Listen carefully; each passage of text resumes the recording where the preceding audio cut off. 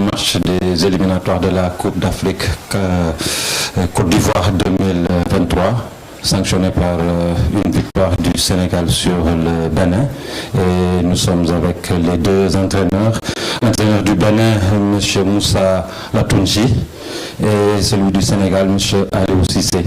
Et nous allons commencer avec le sélectionneur du Bénin, M. Moussa Latunji. Et la première question qui sera posée, oui. Alors, donc, je pose la première question. Juste mes encouragements, coach. Juste savoir ce qui n'a pas marché aujourd'hui.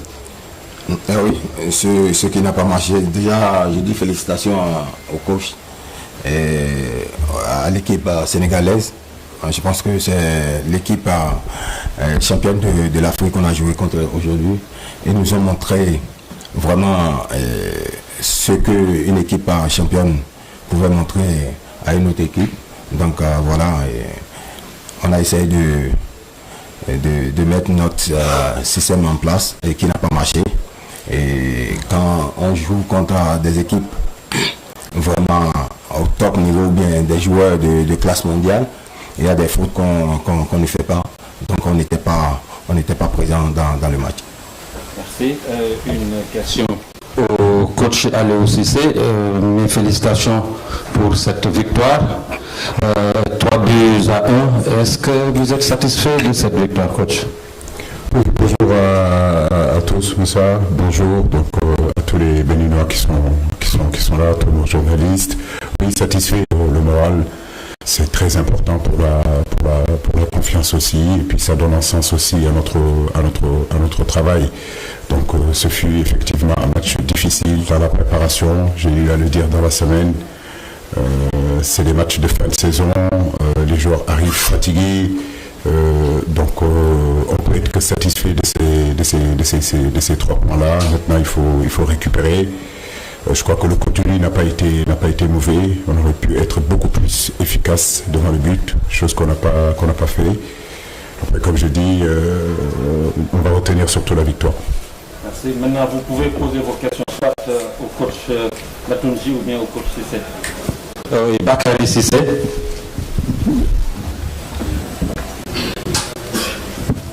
Merci beaucoup. Bonsoir coach Aliou Cissé. Félicitations pour cette 4-3-3 que vous avez gagné la Coupe d'Afrique des Nations. Aujourd'hui, vous êtes revenu au 4-2-3-1, votre système fétiche. Qu'est-ce qui explique cela? Est-ce à dire que quelque part le regain de forme de Sadio Mané vous a permis, n'est-ce pas, de l'amener dans le même système qu'il joue avec son club? Parce qu'aujourd'hui, on a vu qu'il marque son premier triplé, premier triplé avec l'équipe nationale. Merci. Merci beaucoup, Bakary. Je crois que la rénovation Sadio Mané devant, c'est pas Liverpool, c'est nous. Alors je pense que ça, vous pouvez nous l'attribuer. Comme Idrissa Gana Gueye dans un 4-3-3, en dehors de Sentinelle, jouer un peu plus relayeur. C'est avec nous, en toute modestie, que les clubs aussi se sont inspirés. Ça veut dire qu'aussi nous essayons de développer nos joueurs et essayer de les mettre dans un système qui pourra vraiment sortir tout leur talent, toute leur qualité. Il y a quelques années de cela, le débat était là, posé sur le positionnement de Sadio Mané. Aujourd'hui, je crois que le temps et l'avenir nous a montré que ce n'était pas du tout un débat, parce que c'est un grand joueur, capable de jouer excentré gauche, capable de jouer excentré droit, capable de jouer attaquant, capable de jouer sur tout le front de l'attaque. Donc pour nous, c'était important dans ce système-là, 4-2-3-1, 4-4-2, de l'enlever des côtés et de le mettre beaucoup plus proche des zones décisives, là où il est capable d'éliminer, il est capable de faire des passes. Très heureux pour lui, très heureux de son implication, de son professionnalisme, de son patriotisme. Féliciter vraiment tout l'ensemble de l'équipe, des 26 joueurs que j'ai ici, vraiment qui travaillent très bien.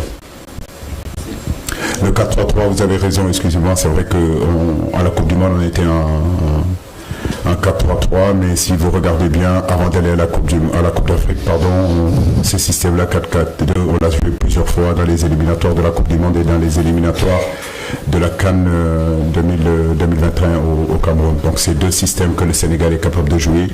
par moment, on est capable aussi de commencer en 4-4-2 et d'évoluer en 4-3-3. Donc l'essentiel, c'est que les animations se fassent et que les joueurs comprennent un petit peu ce qu'on attend d'eux quand on évolue d'un 4-4-2 à un 4-3-3.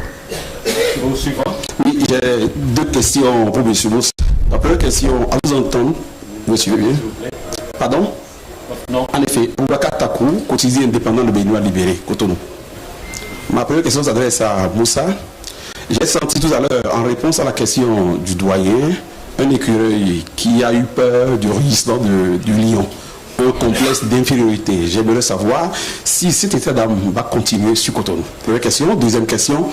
Il m'a semblé que votre consigne, ou peut-être pas votre consigne, a été que les écureuils s'amusent un peu dans leur défense. Est-ce que c'est vous qui avez donné cette consigne, ou bien les enfants n'ont pas été assez disciplinés pour suivre la règle du jeu face à un lion? Ma question, je peux la poser à M. Cissé déjà, non? À M. Cissé, à la lumière de la beauté du but béninois, quand on voit vous sur Cotonou, est-ce que vous êtes sûr de vous sur Cotonou? À la lumière du but que nous avons marqué, que l'équipe béninoise a marqué face au géant lion, est-ce que vous êtes sûr de vous quant à votre descente sur Cotonou? Quant à votre descente sur Cotonou, à la lumière du but inscrit par les Béninois, est-ce que vous êtes rassuré déjà pour la descente sur Cotonou? Le retour. Le retour. Oui, à la lumière de ce but. Ah, ok, d'accord. Il répond d'abord à vos deux questions. Excusez-moi, hein. Parce que nous, on a un vocabulaire sportif, on dit match de retour. C'est un moyen politique qui nous parle. Voilà, c'est ce que je vois. Non, c'est pas qu'on a peur, non. Les joueurs ils étaient vraiment motivés pour jouer ce grand match. Et en voyant le match, avec les joueurs qui sont devant eux, il y a des fautes qu'on ne fait pas. Il y a des fautes techniques. On a fait des fautes techniques dès qu'on vous donne le ballon et que ça tape votre pied et puis ça repart. Dans des moments comme ça, ou dans des matchs comme ça, et ça perd automatiquement. Et donc, ça a payé. C'est pas qu'ils sont en train de s'amuser à la défense. Non. On voulait jouer le ballon. On ne voulait pas dégager le ballon. Donc, dégager le ballon, dès qu'on va dégager, ça va revenir automatiquement. Donc, je leur ai demandé de commencer de derrière. Donc, ils ont essayé, mais il y a peu de mouvement. Les gens se cachaient derrière et donc c'est un peu difficile. C'est un peu difficile. C'est pas qu'on a eu peur, on n'a pas du tout peur. On voulait jouer, mais les buts sont arrivés. Et quand tu joues avec l'équipe championne de l'Afrique et avec 2 pénaltys déjà, et imaginez encore le carton rouge, je pense que c'est la fin, quoi. Merci. Maintenant, vous répondez à la question de monsieur. Oui, nous, le prochain match en réalité c'est le Rwanda. Donc on aura le temps, si vous voulez, le match du Bénin, je crois que c'est dans 6 mois. Le Bénin, on sait, c'est un pays difficile de voyager, comme voyager partout en Afrique, à quel point c'est compliqué. Mais comme je le dis, nous travaillons pendant des années et des années. On a bourlingué un petit peu partout sur le continent africain. Donc il n'y a pas un endroit sur ce continent-là en 7 ans où on n'a pas évolué, on n'a pas joué. Mais notre philosophie, c'est jouer les matchs les uns après les autres. On vient de finir là le Bénin, donc on va récupérer. Et dans 2-3 jours, on va enchaîner avec le Rwanda. Après, au mois de septembre, on verra bien Mozambique. Le Bénin, je souhaite à l'entraîneur, en tout cas Moussa, de continuer parce qu'il a aussi une très belle équipe et il a un bon pédigré aussi. Donc c'est à force de travailler de toute façon qu'ils s'amélioreront. Mais bien sûr que je sais qu'au Bénin, ça sera compliqué. Mais nous avons les arguments en tout cas, et l'expérience et le vécu pour pouvoir jouer partout sur n'importe quel terrain dans ce continent-là et dans le monde entier. Nous sommes les Lions. Suivant, oui, monsieur. Bruno Swali, ORTB. Bonsoir, Moussa. C'est le Soukou. C'est un cadre et on l'attend toujours dans le 11. Aujourd'hui, il n'y était pas. Après, vous avez même épuisé les remplacements, on ne l'a pas vu. Qu'est-ce qui s'est passé? Est-ce qu'il y a quelque chose dans les coulisses qu'on ne sait pas?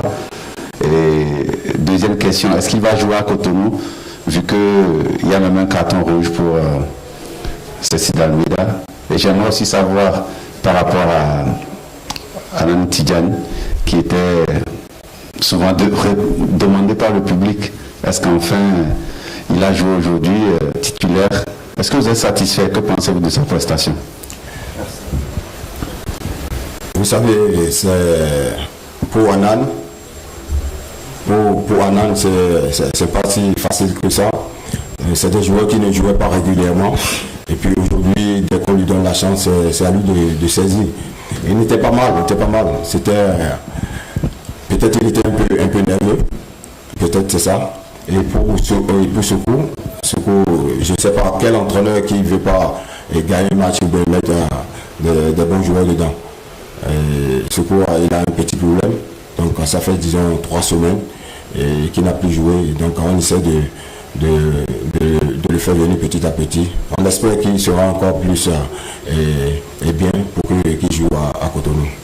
Le problème aujourd'hui, maintenant, c'est de motiver les joueurs pour le prochain match, parce que c'est pas fini, c'est le début. On ne va pas s'arrêter comme ça. Et donc, le prochain match, c'est à gagner à la maison. Oui. Félicitations coach.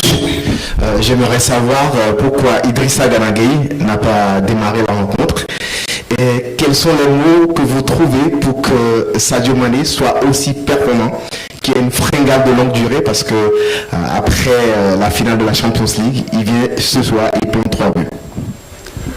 Oui, c'est sa motivation, c'est son professionnalisme, c'est le travail qu'il fournit tous les jours, toutes les semaines, de mois en mois, mois après mois, année après année. Un gars que le football c'est sa passion, c'est ce qu'il aime, il vit que de ça, il se donne les possibilités de pouvoir être performant. C'est pas mes paroles, c'est surtout l'ambition du garçon. Donc un exemple pour toute la jeunesse qui veut jouer au football, de comprendre que le haut niveau, ça demande des sacrifices. Le haut niveau, quand on y est, c'est le football, c'est le terrain, c'est la maison, c'est manger, c'est dormir. C'est comme ça pendant 20 ans. Et aujourd'hui, Sadio le montre qu'en ayant des qualités, c'est vrai, c'est bien, mais en travaillant encore plus, on devient un joueur tout simplement exceptionnel. Donc pour tous les garçons aujourd'hui qui viennent dans notre équipe nationale, quand vous voyez un Sadio Mané donner le tempo contre le Cap-Vert, mettre sa tête là où peut-être que 9 joueurs sur 10 ne le mettraient pas. Alors c'est à ce niveau-là qu'on est dans cette équipe nationale-là. Donc Sadio peut à un moment donné influer, si vous voulez, sur tous les joueurs qui sont autour de lui pour justement qu'on puisse tirer, nous tous, notre niveau de jeu. Et c'est très bien que le Sénégal ait un garçon comme ça, non seulement footballistiquement très fort, de ce qui se fait le mieux dans le monde. Au niveau de l'état d'esprit, c'est quelqu'un d'exceptionnel, il met toujours en avant l'équipe. Et puis c'est un véritable patriote. Voilà, jouer la Champions League, revenir. Peut-être qu'il y aura des joueurs, je leur ai demandé de jouer peut-être ce match-là, ils me diraient que je suis fatigué. Non, dès qu'il est arrivé, il m'a dit coach, je suis ok, je suis prêt, je peux jouer. Et c'est magnifique d'avoir un état d'esprit comme ça dans notre équipe. Donc le féliciter, prier pour lui, prier dans l'ensemble de nos joueurs pour qu'ils aient la santé, parce que quand ils ont la santé, notre équipe est compétitive. Merci. Ghana, il y a eu un problème en début de semaine au dos. Donc on n'a pas vraiment voulu forcer, on a préféré le laisser sur le banc. On va continuer à le suivre en espérant que contre le Rwanda ça sera bon. Mais je crois que le fait qu'il soit rentré 5-10 minutes, c'est bon aussi pour son mental. Voilà, un garçon très heureux d'être là aussi avec nous, donc nous sommes très satisfaits de lui. Merci. Voilà. Coach Aliou Cissé, le Sénégal prend un but au moment où vous faites un changement face à une équipe qui joue à 10. Est-ce qu'aujourd'hui, ce n'est pas le lieu ou bien le moment de vous poser des questions par rapport à vos changements, car à chaque fois, ça déstabilise l'équipe. Maintenant, la deuxième, c'est j'aimerais savoir ou bien des explications par rapport à vos changements. Merci. Je n'ai pas à expliquer mes changements. Je crois que chaque entraîneur a sa sensation, a sa lecture du jeu. Ma lecture du jeu est celle-ci, de changer. C'est ce qu'on a fait. Maintenant, c'est vrai qu'on prend un but aux périodes où on joue à 10 contre 11. C'est vrai qu'on peut toujours se poser des questions. C'est un manque de concentration, mais je ne crois pas que ça a à voir avec le changement.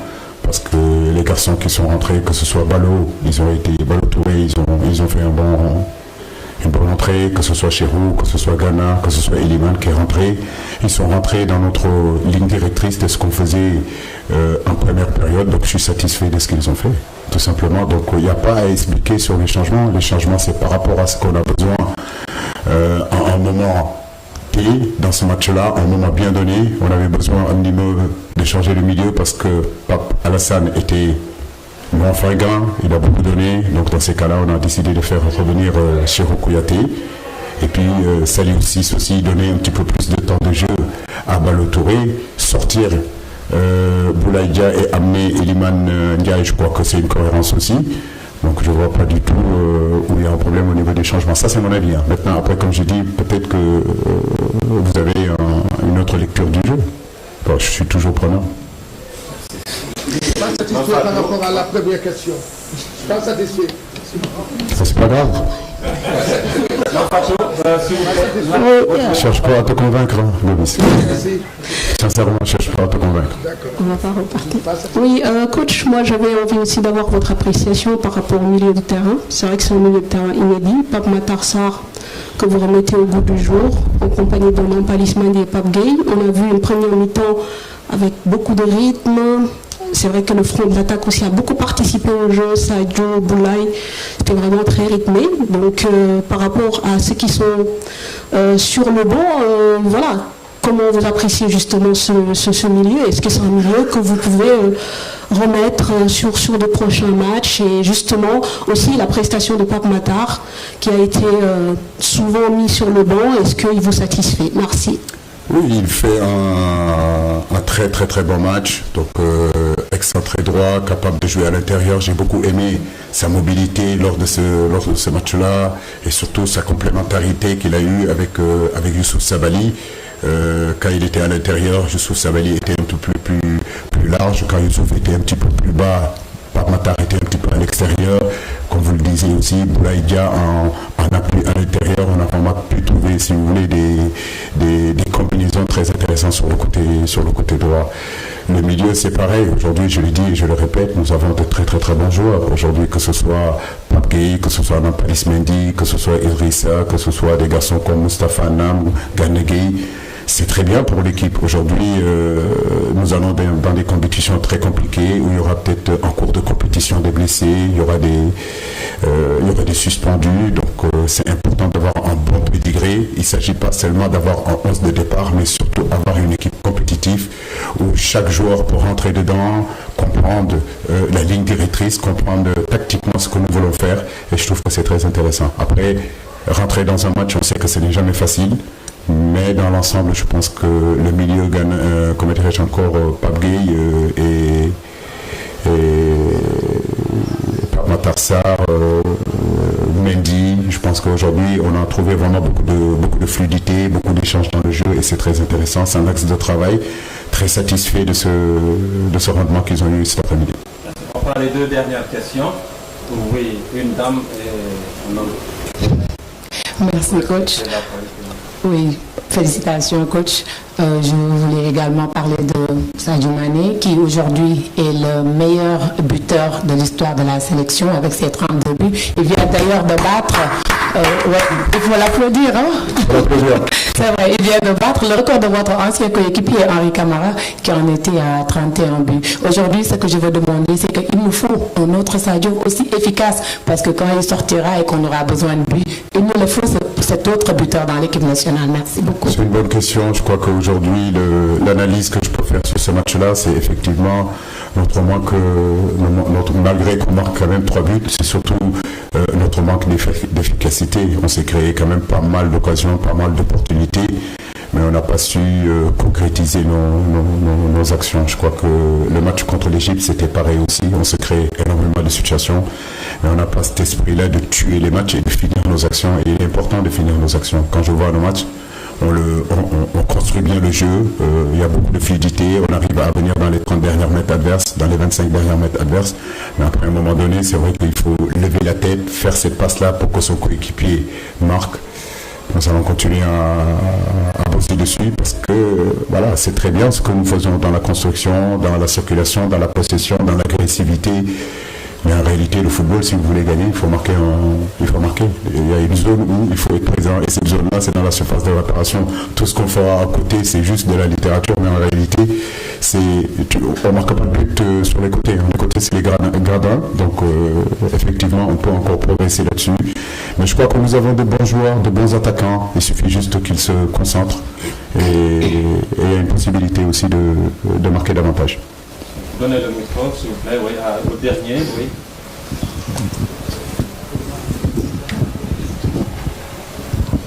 Bonsoir coach, c'est Mamadou Kane du CST Info. Ma question est la suivante, à coach Cissé. Félicitations déjà pour cette victoire.